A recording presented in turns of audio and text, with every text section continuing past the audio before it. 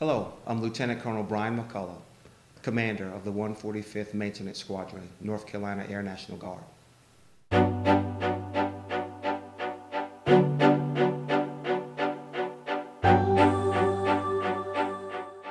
I think that some of the rings or keys to success is more or less preparation, and or reverse engineering.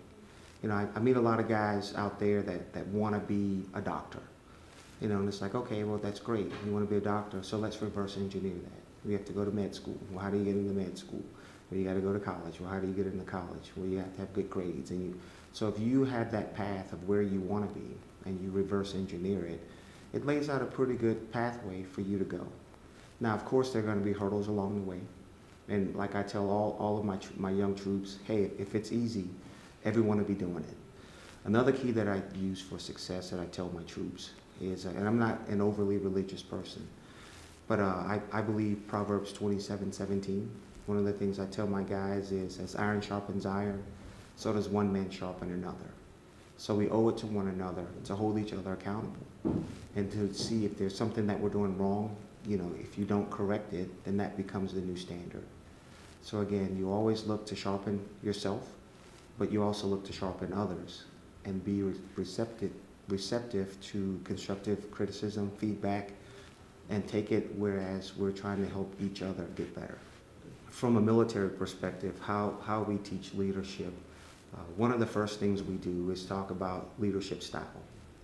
And there are many leadership styles out there whereas either you're lead by example, you're a yeller, do you inspire others to get the job done, to get the mission done?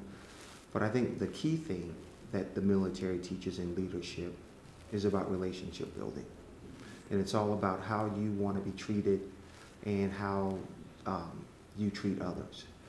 So again, being something that's greater than yourself, everyone wants to do a good job.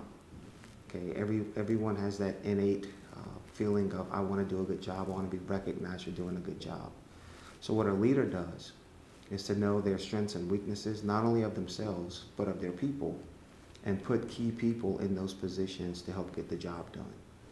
Also part of leadership, I think, is trust.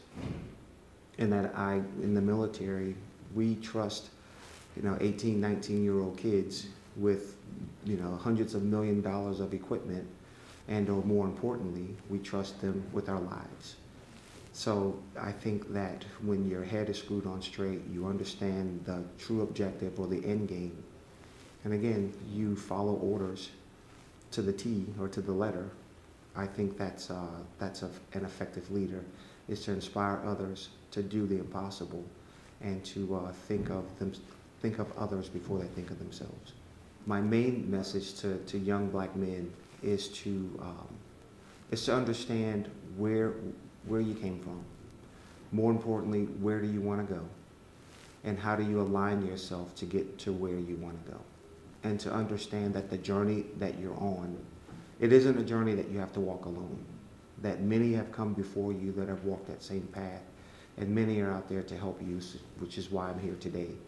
It's to show them that there is a better way out there, and they can do it together.